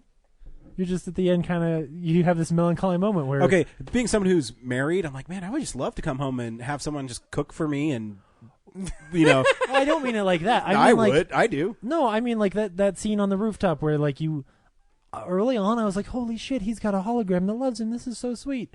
And then like you run into giant naked Joy and you're like, oh. Which is they're- also very nice. They're all they're all like that. Yep. Oh. My audience cracked up at when she froze on the rooftop. Oh yes. And the Oh gate- yeah. when he took When the the call. when the phone rings, Yeah. yeah. Because it's a moment where you realize like, oh shit, she's a piece of technology. There's some great scenes when Robin Wright tells him, and you can't lie, and he's like, yes. I'm like, oh, Right. This is getting real. Yeah. Oh, and the new version of the test.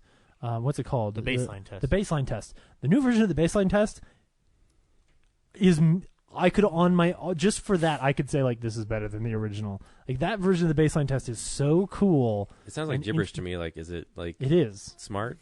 Well, it's I can't tell. It's them asking you questions that should basically. So it's still them asking you questions to provoke an emotional response, but they're asking them really quickly and then following it with like a response that you're supposed to give. So if like a human, when asked like, "What does it feel like to love someone else?" and then just given a word, a human is going to think about that sentence. Whereas the idea here is that he just repeats the phrase, and it's a real thing. I mean, when you do, when I got hired as a peace officer, you do a voice stress test, and they don't test if what you're saying is true. They test the inflection in your voice. That's cool. So they'll say, that test, it'll say, "Is there a floor here? Lie to me." You say, "Yeah, there's a floor here," and then they take that sample and they compare it to your other lying, and so it tests how your voice reacts to it, and so it's the same thing. So they'll say, "Is the sky blue?" Yes, and then the next question will be really fast, and so they're trying to catch you. They're trying to get a legitimate, like a real response. Exactly, and the only way they can compare it is when you know you're lying, there's always a floor. Yeah. And then when you're not lying, but then they ask you if you've never done drugs. But I mean, it's the same thing. It's pretty interesting. Have you ever done drugs? What? Yeah. So in his second test, he's responding slower. Well, he's responding slower, and he's having, visible emotional reactions. Yeah. Because there's one moment in it, I forget what he says. Emotion is the mind killer. Yes, and he's and he's like, what? Yeah. It's Keanu Reeves all of a sudden. Yeah. Yeah, there's some question where he's slow. And it's something about, what is it like to be loved? Even though at that point, the only person he loves is Joy, who doesn't actually love him. Right? Like, it's all twisted and screwed up. But it's a lovely movie. It is. Yep. Deacons 2018, guys. Yep. So I'll have to see it again. If he didn't win for Sicario, man, he's not going to win. Next week on Real Nerds Podcast, we'll be reviewing The Cult of Chucky. Which hang on, guys. It's I will say that it's actually pretty great. Cool. I screened it because I got it and I was like, man, should I watch this to make sure that no one has to see Curse before they show up here? Because you just think it's like some killer doll running around. Mm-hmm. And yes, you need to see Curse before you see Cult of Chucky. Oh. They try to do a little catch me up flashback stuff, but there is a little. In fact, you might want to see all the Child's Plays. Meh. Okay, I'll take my chances. Oh God! You just gave me an excuse to watch Seed of Chucky again, man. No, the seed is planted. Yeah. Well, do you might need to. I know. There is. I don't want to spoil it, but there's you need. This movie is maybe the most surprising movie I've seen this year. Because of just like how good it is. Because how good it is. Okay. Because it's insane enough that you're like, wow, they're pulling this off, and it doesn't discredit any other Child's Play. Wow. Huh. So, just know, if you like movies about killer dolls, this might be one of the better ones. I'm good. Don Mancini, he's a very talented guy. Yeah. So next week we'll be doing Cult of Chucky. Cool. And then 20 years from now there'll be an Annabelle versus Chucky. Yeah, I'm crossover down. movie. That's a great idea. Kellen, can you tell everybody, what does Chucky say?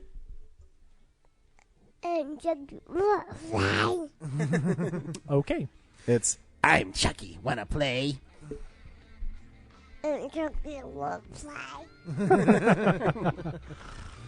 yeah, till next week. Thanks for listening. He's like an evil parrot. Bye. Bye. Bye. I didn't gonna say everything. Motherfucker. Real Nerds Podcast is a Nebulous Visions multimedia production. The Real Nerds would like to thank the Alamo Drafthouse in Littleton and now open in Sloan's Lake. We also would like to thank Colorado Coins, Cards, and Comics, especially Andrew. Our music has been brought to you by Sparks Mandrill and Plan 9 Studios. And, of course, thanks to James's mother, our most loyal listener.